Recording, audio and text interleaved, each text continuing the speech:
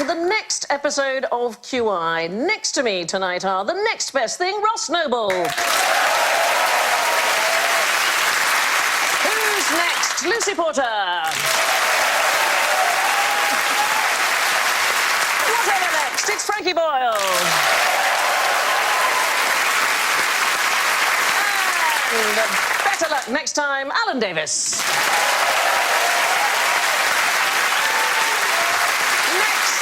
Let's hear their buzzers. Ross goes. I wanna get next to you. Ooh, cocktails, half price. Frankie goes. And the next step is love. Oh, Lucy goes. For 24 years I've been living next door to Alice. And Alan goes. Next. Right, what's the difference between the next big thing and a turkey? Well, a turkey is sometimes a disaster. Yes, it's an American show business term. A terrible show. Flop. Yeah. So the difference between the next big thing and abject failure. It can be the length of the first half of the show. By the interval, the next big thing was a turkey. The worst show in the West End, the shortest show in the West End, was a show with the iron, you know, the thing that they have to put in the interval. It got stuck in the interval, and they thought, I can't be asked, and they never did the second half. They got to the interval, and even the theatre went, no. Yeah. So how can we tell? How can we tell that something is going to be a big thing or it's going to be a failure? Well, we don't know. Till the curtain goes up and the audience come in, who knows? But maybe you can know. Well, here's the extraordinary thing. There are certain people, consumers, who systematically buy products that go on to fail. And their lack of popular taste is unerringly reliable. And they are called Harbingers of Failure. It doesn't conform to any pattern, age, sex, culture, anything like that, or the region. Unless he's the bloke, you know, like on cop shows where they drive through the boxes and he keeps getting hit by Starsky and Hutch on a regular basis. And he's got, I'm wearing a high-vis, love. I'm sick of it. But they did some research, the Massachusetts Institute of Technology, and they analysed 10 million transactions at a chain of convenience stores, and what they discovered was people who buy the nail polish that fails are also the people buying the ice cream that fails. And there's some fantastic products that have been snapped up by Harbingers in the past. Watermelon-flavoured Oreo biscuits. This is my favourite. There was a range of ready meals made by a toothpaste manufacturer called Colgate's Kitchen Entrees. That I would have bought Would you that. bought that? Clean your teeth while You're you're eating eating. the spaghetti and flossing at the same time.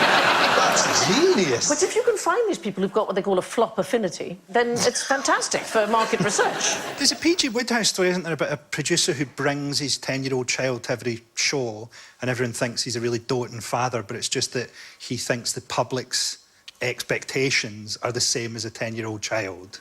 And he uses them to judge whether the show is going to be any good or not. That's how Mork and Mindy got made. Because the guys that did Happy Days, his kid wanted an alien in Happy Days. They went, oh, yeah, go on, then put an alien in it. So they put Robin Williams in as Mork in Happy Days, and he was so successful, they did a spin-off series, biggest thing on telly. I'll tell you two things those Harbingers have bought. Yeah. My book and my last DVD.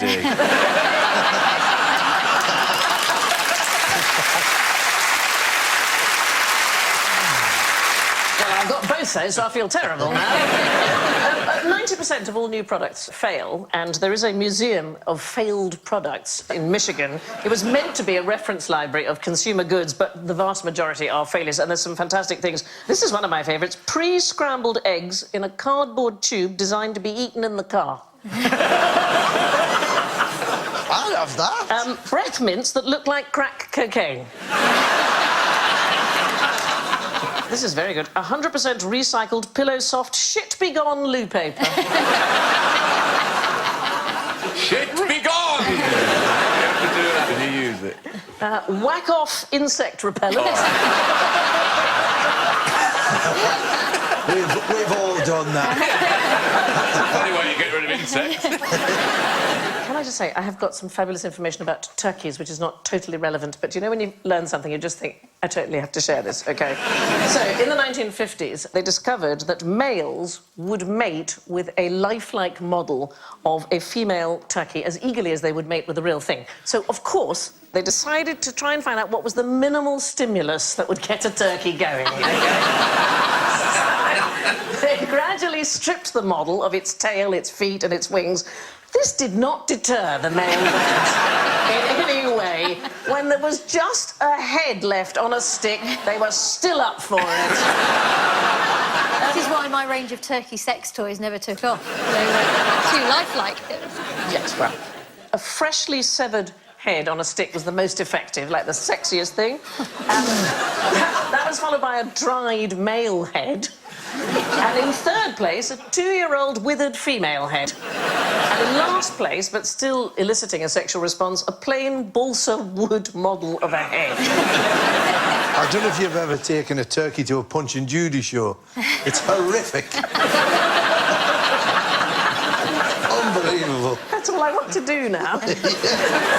Anyway, the last people you want to buy your next big thing are the first people to buy it. Which of these would be nice next-door neighbours? Galaxies, hyenas, newlyweds, octopuses or burglars? That's more of a mime artist than a burglar. It is, yes. I imagine that burglars don't burgle their neighbours. Yes, that's absolutely They go right. further afield. Yeah, Or they're I do nice. the neighbours. They're not with the lazy. neighbours. That's Yeah. something in their defence. No. It could be selfishness, though, couldn't it? It could be that they just don't want to put their own insurance premium up. That's a very good point. But you are right. Burglars are very good neighbours in that they're not going to burgle you. Galaxies bad neighbours. So what happens when they reach a certain age? A galaxy stops spawning new stars and they just swallow smaller galaxies. So our own home galaxy, the Milky Way, is expected quite soon. This is, in astronomical terms, 4 billion years from now, to eat 2 of its neighbours, the large and small Magellanic Clouds, and then about 1 billion years after that, the Milky Way will get eaten itself by the Andromeda Galaxy. Andromeda, yeah. Yeah. What about hyenas? Good neighbours, bad neighbours? All Well, that laughing. Yeah. When Mrs Brown's boy's on, it's probably a nightmare. That's actually what they do in the studio audience. They don't use canned laughter on that show. They have live hyenas. The trouble with hyenas is you spend days and days stalking your deer. Yeah. And then they just come and rob it off you. So Yeah. I bet they're terrible You think neighbours. they're terrible neighbours anymore, Frankie? I just think, although you'd know that they weren't laughing at you, it'd be hard not to be a little paranoid. Yeah.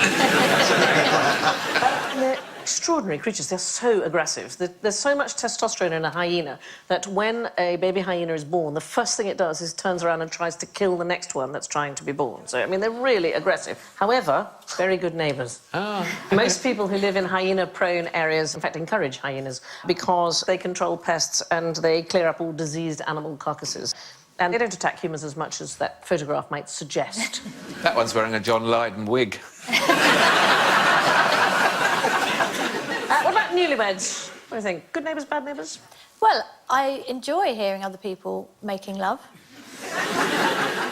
I so rarely do it myself these days. Since my husband's got a turkey's head on a stick, he's not interested anymore, But also all the wedding gifts, all the boxes from the wedding, they leave them in the garden, don't they? So, yes, you get to hear the lovemaking, but there's discarded boxes. So, tick in each column. Anything else? They did a survey in Colorado and they found that people are much happier if they think they're having more sex than their neighbours. That's a thing. And so having a honeymoon couple move in next door makes you feel depressed. I would sort of think that society's moved on. So, like in the old days, that would be the first time they're having sex Yes. when they get married. Whereas now, they get married to try and save the relationship because the sex is gone. What about gloomy octopuses? Good neighbours, bad neighbours? They'd have lovely gardens. Well, yes and no is the weird thing. It's the common Sydney octopus, but it's known as the gloomy octopus. Look at those eyes. Aren't they fantastic? What it does is it throws rubbish at its neighbours. It lives in Jervis Bay in Australia, and it gathers debris into its arms, and then it uses the jet propulsion siphons on the sides of its body to hurl it at the neighbours. And it's really unusual to find projectile weapons in animals. So it may just be over-enthusiastic housework, I don't know. Is it because the octopuses next door are having more sex? The sound of the suckers. OK, that thought is never going to leave me now. Now, the next question isn't a next question, it's a next question. So, I have... I think that would look nice on you. And shall we have this one here? Lovely. And there we go. There's one there. Right, make yourselves a prat. Now, who knows how to make a prat? What have you done, darling? What knot have you done? I don't know. It's what I used to do at school. Did you ever have that thing called peanutting at school? Oh, when people pull your tie tight? Pull it really tight and then you can't get Yes, yourself that done. happened a lot. OK, do you know the answer to stop that happening? Oh, I wish you'd been around in 1976.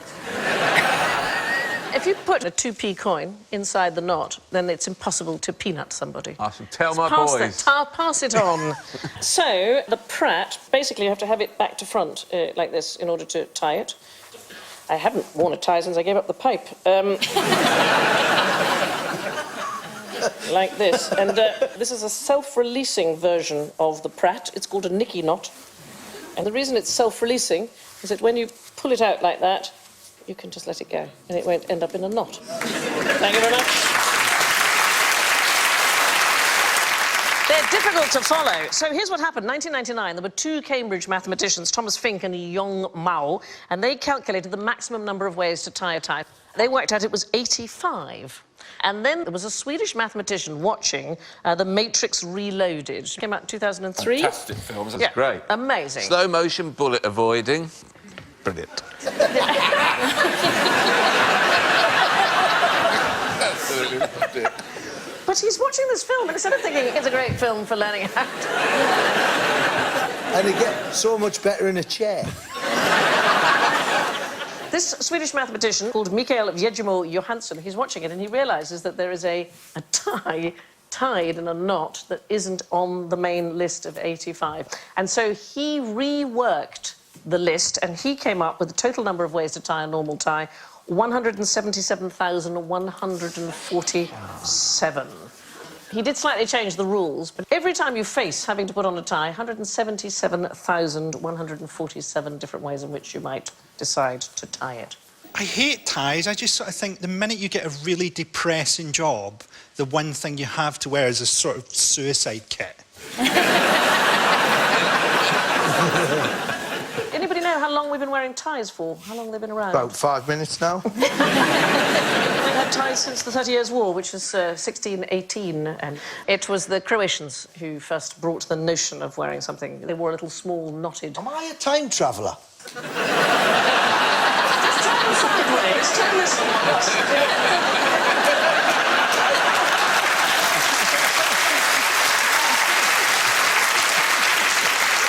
Spooky. Oh, my God, they found out my secret. Fire up the machine, we must travel back. That's where we get cravat from. It's from the Croatians. And then it took off and the Parisians loved it. King Louis XIV was so obsessed with his cravats, he had a cravatier who used to lay out cravats for him to choose. Really? Yeah. God, I've put on a bit of weight, haven't I?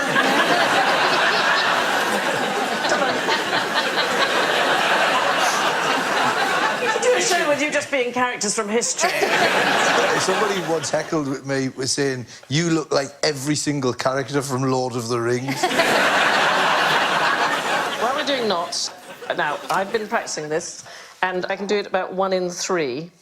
So you've all got an opportunity to give this a go. There we go. That was pretty cool!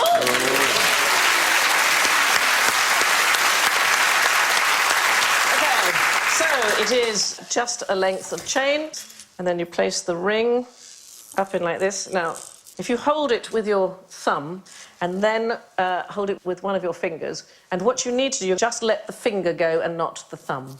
Just try and let the... Yeah, Ross has got it! Just a few more goes. All right, you just turn it and put the chain... OK. Don't make me get up and show you. So make your hand wide like this, OK, and then hook your thumb like this, but don't hook the chain. Just hold that like that and only let your finger go.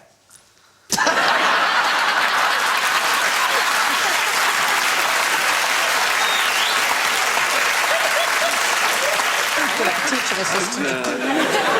Would work going to get one of those this time of day. Oh!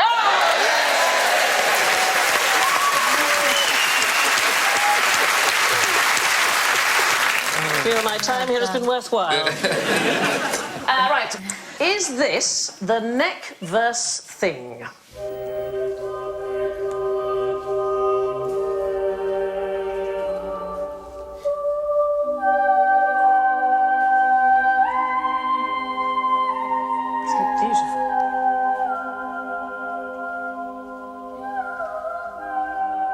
It's not worth losing your nuts for, though, is it?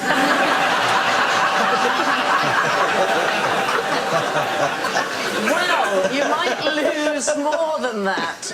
It is possibly about hanging. It is about dying, certainly. It's known as the neck verse. Does anybody know why? The neck verse is how a German doctor tells you have whiplash. I do know this. Yes. There used to be a thing called benefit of clergy. Yeah. Where if people could prove that they were in the clergy by reciting a verse of the Bible, Yeah. then they were tried under ecclesiastical law instead of normal law, where they'd be more likely to get hung. Yeah, you're absolutely right. It's brilliant.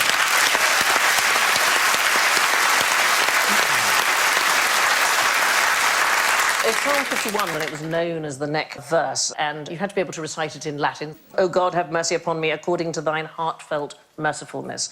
And the benefit of the clergy, it existed for about 600 years, from about the 12th century to 1841. And some crimes, the clergy would get lesser sentences. And so it used to be you had to prove you were clergy. But over time, it was enough to prove you were literate, so obviously in Latin.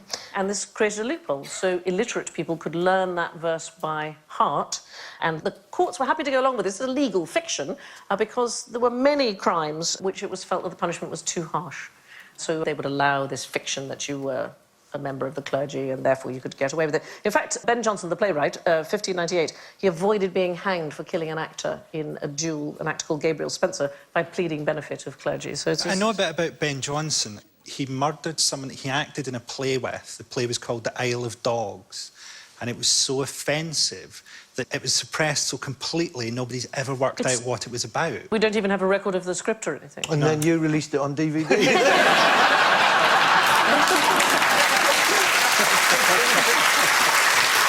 you know why priests wear a dog collar? It's something that we associate with the clergy, but it's fairly recent. I mean, I am going grey, I'll give you that.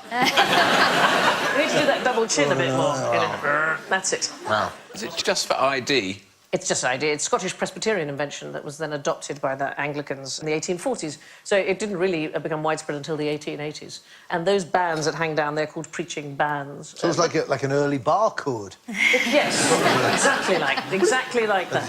We don't have them in Denmark. In Denmark, it's a Lutheran church. They wear the Elizabethan ruff. Still got the ruff going on. Yeah, going on. Bring back the ruff. Yeah. Very forgiving, a rough. Very. But the vicar now would get a lot of biscuit crumbs in the ruff, wouldn't he? So, what's the best thing about clickbait? There's nothing good about it at all. It's horrifying. Why do you think it's horrifying? Because there's nothing about me taking a quiz saying which Game of Thrones character I am that suggests that I'm in the market for a brand new Lexus. But why do you do it? That's the question. Why do you do it? Boredom. I think it's also the internet tries to sell itself as, oh, it's connective, you're connecting with people, and you're not. The other day I saw a thing about the FA Cup final on the BBC website, and at the bottom it said, get involved. I'm like, what, in the FA Cup final? So, can somebody describe clickbait for anybody who doesn't know what it is? The worst ones are the 23 things you never knew about ducks. Number 12 will astonish you. They call them listicles, which is a portmanteau of list and testicles, because all complete bollocks. So here's the weird thing. The research suggests that the pleasure we get from cute and funny or shocking videos, the ones that do the rounds on the internet, we get the pleasure from anticipating them and not from actually seeing them. So it releases dopamine when we think we're going to see something. So dopamine, as a neuroscientist put it this way, dopamine is not about pleasure, it's about the anticipation of pleasure. It's about the pursuit of happiness rather than happiness itself. That's quite interesting, because if you click on one of those things, like sometimes it will say, 40 actresses, you won't believe what they look like now. Yes. Yeah. Number 37 is amazing. But you have to go through all of By the them. time you get to about 19... Yeah. The dopamine's worn off. You never get to 37. And people seldom get what's promised, but we carry on, and it's called intermittent reinforcement, and we keep getting more dopamine. It's more addictive as you keep going through. We're slaves to curiosity. So I find this profoundly depressing. I think so too. All we're ever doing is anticipating stuff, and the only thing that's really going to deliver is Tinder, and the actual relationship is going to be terrible. And we sort of know that's true, don't we? But I don't think it's a new thing. I mean, to travel, hopefully, is better than to arrive. It's an old idea. There's also a thing called the spoiler paradox, which has a similar effect. People enjoy a story more when they know how it's going to turn out. And we think maybe the story is easier for the brain to process without the distraction of wondering how it's going to end. So, spoiler alert, Alan's going to come last today. Already, the audience having a much better time. Looking forward to something is more than half the fun, it seems. And the next question is absolutely fantastic. Who has green sponge balls? Is it...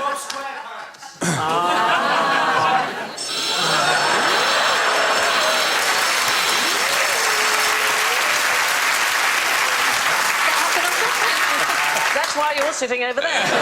Can you imagine that bloke for the rest of his life? And then, I knew the answer, and I shouted it. Oh, Who God. was it? Hand up, who was it? Welcome to my world. Do a clear shot of you. Oh, yeah. What's your name? Nick. You're going to be so sorry. OK. You're a harbinger of failure, Nick. Anybody else? No. OK. Green sponge balls is what they sponge have on the snooker table in a tinnitus clinic. So, who has, in the UK, who has green sponge balls? Is it a medical thing? No, it's a species. Would it be a sponge? It's not a sponge, but it is a seaweed. Seaweed. It is seaweed. It is a kind of seaweed. Absolutely right.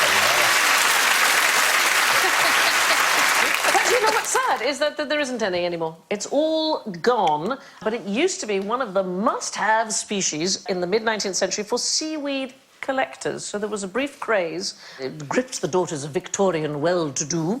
In fact, even Queen Victoria herself had a seaweed album. Before TV, people were just so bored. They're just sitting there going, collect some seaweed, invade India. Yeah. Let's just try and get through this. But it was a bit like pressed flowers. You placed the seaweed onto the page, you weighted it down, and then some gelatinous matter oozed out, and that stuck the seaweed to the paper. But it was a huge thing. There were hobby shops that sold specialist equipment. You could get special kind of scissors and pliers and stick with a needle on the end and all kinds of things. For really lazy daughters, there were ready-made seaweed albums available. And what happened is a bit like egg collecting and butterflies. It caused the depletion of certain species, some of which still have never recovered, and the green sponge ball is thought to be extinct because of that. At least in the UK. Thought to be extinct? Ah, well, I've not done the whole coastline of Britain. So there's a possibility. Yeah, I suppose there must be. Well, the anticipation of the green sponge ball is out there somewhere. I tell you what's great about this story. The very first book of photographs ever published in the world is called Photographs of British Algae by Anna Atkins. And she's thought to be the very first female photographer. And she did this wonderful... It's in the British Library. I mean, seaweed is amazing. There's thought to be 200,000 to 800,000 species of microalgae, which we can't even see. Too small to see with the naked eye. That was a rubbish book. Yeah. A tiny book with nothing in it. Yeah. Yeah. Incidentally, do you know why there's been a huge increase in seaweed farming recently? Sushi. People like the sushi. We grip on it. Is it to do with Ben and Jerry? Well, there is certainly seaweed in ice cream. That is absolutely correct. Is it fuel? Biofuel is exactly right. It's very important as renewable fuel. The leading nations are China and Japan and South Korea, but it is part of the UK's renewable energy strategy, so we have farms that have been started off the Scottish coast. And in fact, there's an incredible seaweed farm in China called the Sanggu Bay. It stretches for 10 kilometres out to sea, and unlike the wall, it can be seen from space. It is so huge, this seaweed farm. The one that we eat, the red marine algae, Pyropia tenera, that's been prized as a food since ancient times in both Japan and Wales. So in Japan, known as nori. What's it known as in Wales? Nori. I have some nori if you don't mind. I like yours better. I love forbidden What nori. did you say? It's lava in lava bread, isn't it? It is lava in lava bread. So here's a great story. OK, so for centuries, you could only harvest seaweed from the wild, OK? It couldn't be farmed. And then there's an incredible woman in the 1940s called Dr. Kathleen Drew Baker, and she worked out the life cycle of lava and how it reproduced, and nobody in Britain paid any attention. But the Japanese went crazy. It kick-started the gigantic modern nori industry and thus the worldwide sushi craze. It is because of Dr. Kathleen Drew Baker. She never, ever went to Japan, but she is famous in Japan. She's revered as the mother of the sea. They hold a festival in her honour every April the 14th. They sing songs at the Drew Baker Monument. She didn't like posing for a picture, though, Not did mad. she? And also, what people don't know about her is that towards the end of her life, she really angered Darth Vader.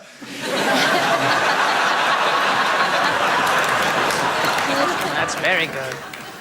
Some years ago, an anthropologist asked Welsh youngsters why they don't eat seaweed now, and they said it's slimy, it's poor people's food, it's old-fashioned, and so they were asked to name a fashionable food, and what did they say? Sushi. Yeah, it's lovely, isn't it? But we probably eat it every day. We eat it in ice cream, we have it in chocolate, toothpaste, beer... They eat it in Donegal, dulse, it's called. As a snack or as with food? As a snack, Yeah. Raw off the beach. On all fours. The picture on the right is slightly worrying. Hang on a second, didn't you market that? It's a harbinger of something, anyway. It's because seaweed is also used as a sexual lubricant. It's incredibly effective at... Seaweed? Yes, seaweed, yeah. Well, it's an extract called carrageenan, and it's incredibly effective at preventing the spread of genital HPV, so... Yeah. That's Seaweed. worrying if Godzilla actually exists, that he's going to emerge already lubed up. But handy if you're a little bit down there, just rub yourself against his foot. If you're a little bit down there...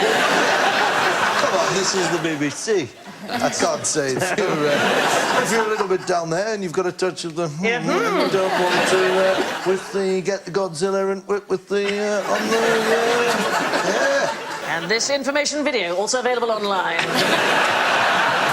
A nuclear question for you next. How does atomic gardening work? Is that where you keep atomic kittens in the atomic garden? That's so sweet, but no. No.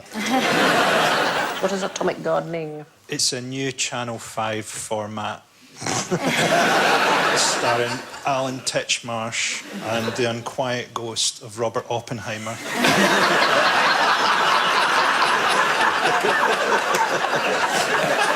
They're mutating Alan Titchmarsh. I love the idea we're going to have 3 heads on one Alan Titchmarsh. That's terrifying. That's like every old lady's dream. So it was a thing. Atomic gardening, it was a thing. In fact, almost all the peppermint oil used around the world to flavour things like chewing gum and toothpaste comes from one cultivar of peppermint. It's this Todd's Mitchum, which resulted from a very odd episode in 20th century science called atomic gardening. It was also known as gamma gardening.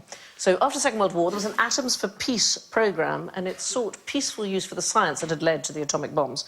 And people thought if they exposed plants and seeds to radiation, maybe some interesting mutations would result, and there were some. Red grapefruits, super sweet corn, both resulted from atomic gardening. So the various ways you could do it. You could strap the packets of seeds to the inside of a hospital X-ray machine.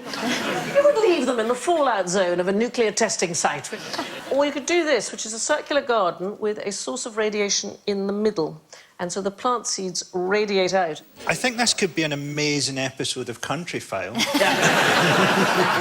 Welcome, I, John Craven, can now see through lead.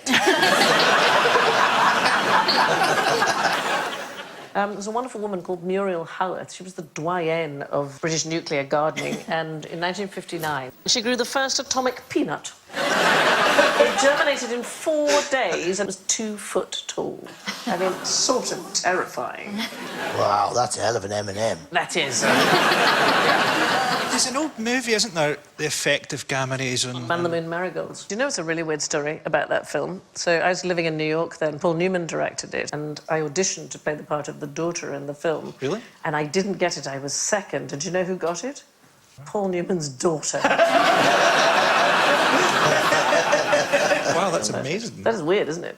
So there are lots of things that we have today which come from that period of gardening. New varieties of rose and dahlias, snapdragons, carnations and so on. There they were, superatomic energised seeds. And so today, genetic engineering has largely superseded the gamma garden. Now to the nest question. Why would your mum have you for breakfast? Well, is there a species that eats its young? Yes. Well, not all of the young, I presume. Some. Short-lived. But why might that be? Is it that the babies are just particularly delicious? You just think, can't resist that. Yeah, exactly, like a little quail or something. Ooh. Oh, lovely, lovely bit of butter on that. Yeah.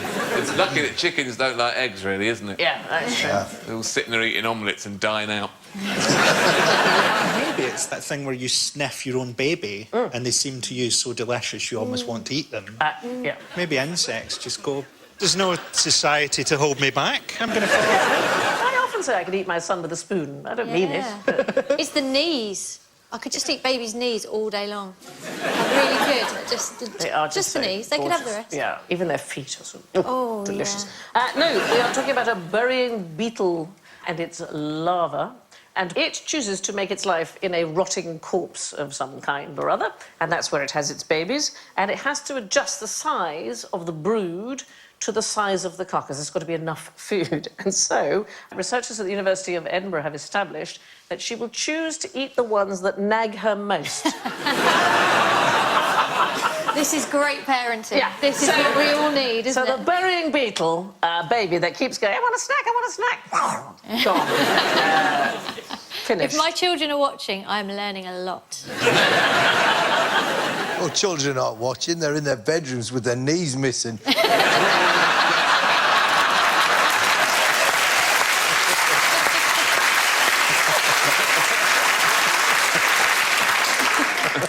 Are you a nagger, Lucy? Do you nag your children? No, they nag me, absolutely. Well, apparently, nagging does work. So they did some research at Harvard Business School, and the best way for managers to get staff to do something is to nag them continually. They found the most effective managers repeat themselves at least once and often in two different ways. So you have a conversation and you follow it up by an email. So nagging your staff is hugely successful. How irritating is that? I read a parenting book that said instead of couching everything in words, you just say the salient word. So if you want them to put the shoes on, you just go shoes, teeth. And in the morning, it's like I've got some really weird Tourette's. Just shoes, teeth, mummy's gin.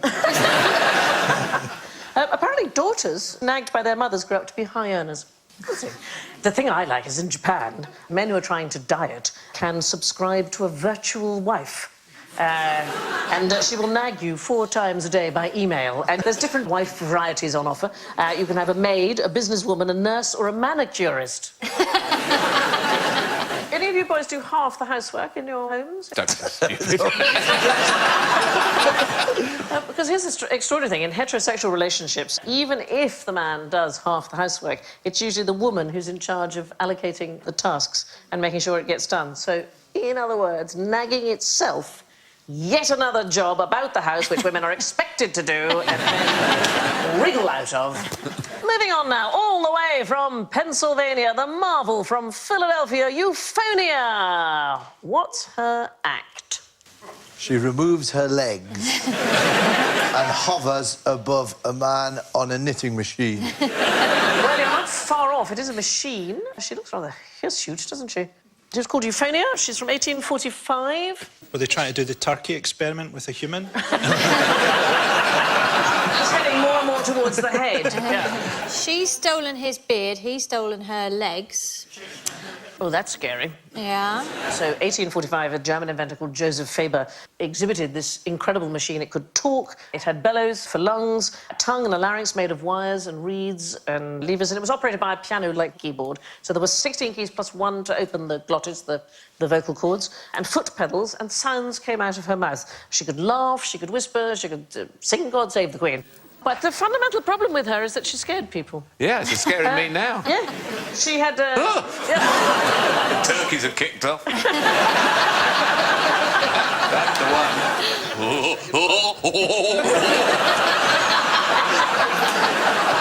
It's like a frustrated turkey was in the room. Apparently her tongue lolled about in her mouth and her voice was awful. It was as if it came from the depths of a tomb. It was very sort of hoarse and hideous.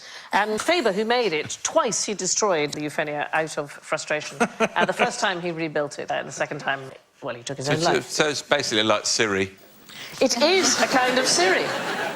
Now, how does a dog know another dog is a dog if it can't smell it? Could see it. That's all there is to it. Sometimes it's right. That's why I keep saying it. Just right. So the extraordinary thing about dogs is they come in such a variety of shapes and sizes, more so than really any other animal species. But a Labrador knows that a Chihuahua or a Newfoundland all belong in the same category. So smell and hearing help, but they actually recognise one another by their faces. So they can be shown a range of dog breeds and they're able to indicate which ones are dogs they can see. So is a dog more likely to buy car insurance off the one on the left? Yes, that's right. Do you think, could a person tell another person by smell alone? Oh, well, I could be blindfolded and have my 3 children be in the room and I would be able to know which one was which. You know if it's a human poo or a dog poo by smell. Yes. And by the feel of it when you stand in it. Dogs can tell that dogs are dogs just by looking at them. Now, fingers next to buzzers, please, for the general ignorance round. Why are dock leaves good for nettle stings? Ross. They're not. Well, you're absolutely right. The fact is, we don't even know why nettle stings hurt quite so much or last so long. What we do know is that nettles are covered with tiny little hollow hairs which break off when you touch them and they act like needles and they inject, well, it's a cocktail of unpleasantness into your skin. But yet delightful as soup. Very good as soup, Yeah. and in theory, very, very good medicine. So there's a thing called urtification. Do you know what that is? I don't know. It's beating yourself with stinging nettles, fundamentally. And the Roman soldiers used to do it in Britain because it was damp. And it gave them arthritis, and so urtification apparently got rid of it. And they did a study in 2000. The Royal Society of Medicine confirmed it is a safe and effective treatment for rheumatic pain, so you can use it. And not many people know that the actor John Nettles, Yes. you shake his hand, burns his skin. Horrible. But if you throw yourself against him, gets rid of your rheumatism. Very much so. Romans can't help themselves. Getting John Nettles to smack himself against them. Yeah. Old ladies, he's like a faith healer, you know, when they're like, have you got rheumatism in your body? I want you to come down. John Nettles slaps you on the knees. Yeah. Your kids would like him. The longer I work with Ross, the more I believe him, which is... Now, what kind of questions are barristers never allowed to ask the witness? Leading questions.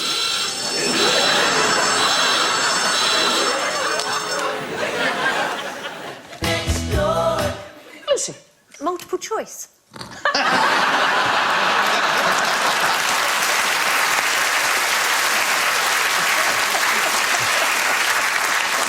Did you A, kill them, B, have a takeaway, C... Oh, mostly C's. You're a Gemini. So you can sometimes have leading questions. They are allowed in cross-examination, so when you're questioning the other side's witness, it's absolutely fine. They're not allowed in what's called evidence in chief, so that's when you're questioning your own side. You couldn't, for example, say, and did the accused hit you about the buttocks with the cucumber? You're not allowed to say that. Or did he be? Yeah. Put the cucumber between the buttocks. Yeah. Or was it C, the actor John Nettle? Who was just trying to help. Yeah. You're not allowed to do that. You have to say what happened next is basically the thing. But in cross-examination, you're not only allowed to ask leading questions, most people say you should ask them. Is the fella on the right, by any chance, saying tatty hilarious? That would be there. That would be there for committing murder. That's why I didn't become a lawyer. There's not enough funny voices in the law. Now, what kind of evidence isn't going to get you convicted under any circumstances? Circumstantial. And that was a leading question. we think it's the case that you can't use circumstantial, but in fact most convictions depend entirely on circumstantial evidence because fingerprints and DNA samples and phone records, credit card receipts, bloodstains, lack of an alibi, it can all be circumstantial evidence, stuff from which you can infer that somebody was present at a crime. And finally, a male black widow spider and a female black widow spider have just finished having sex. What happens next? Yeah, Ross. Tiny cigarette. It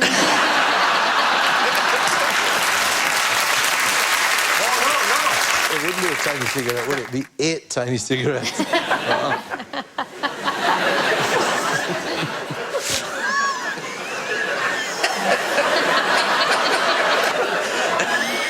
Should we do it again? But maybe she could try and kill him in that way rather than by eating him, which I think is the answer that we will have been led towards. Oh, she eats him.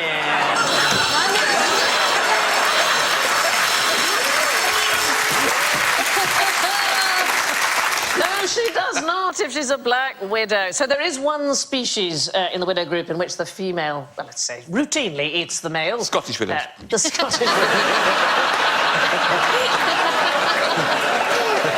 Yes, but at least she's insured.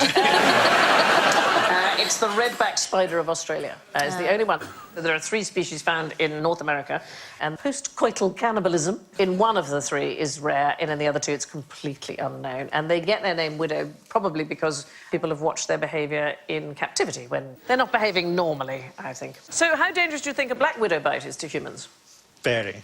No, it's almost unheard of, in fact, for anybody to die from it. A bit of soap and water, that'll get rid of it, unless you have a particular allergic reaction to it. Actually, it's surprisingly hard to get bitten in the first place because the venom is metabolically costly to the spider, so she's not going to use it unless she absolutely has to. And so they've done lots of tests, and they've been poking and prodding with jelly fingers, and mostly it's a dry bite that you'd get, which so there's no venom in it. It's not... Are they commercially available, the jelly fingers?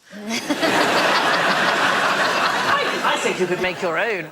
Get that down. That'll be in that warehouse of things that people do. A museum of failed products.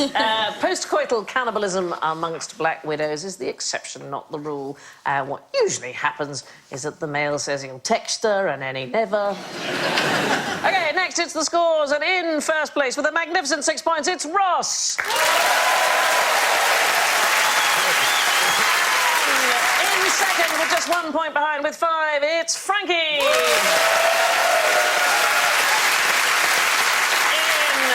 third place with -4, Lucy.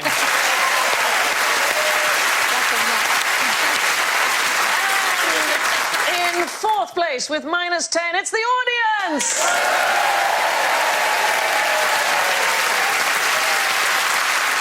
Which means that in last place of the next show is, was or will be, with -25, Alan. My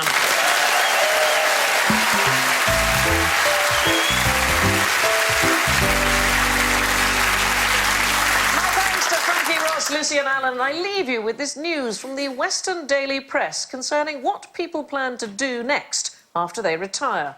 A survey of 1,000 over 50-year-olds found that many intended to travel more, write a book, do a parachute jump, or take up a new hobby when they reached 60. Some of those polled said they wanted to become a volunteer or raise money for charity, while others just wanted to eat more cakes and have more sex. Until next time, goodbye. More from Lucy Porter with Sue Perkins and the gang who love to name drop. Monday night at 10 here on BBC Two. Next tonight, school days should be the happiest of your life, but not for Maxine Peake and Macy Williams. The premiere of the film Chiller: The Falling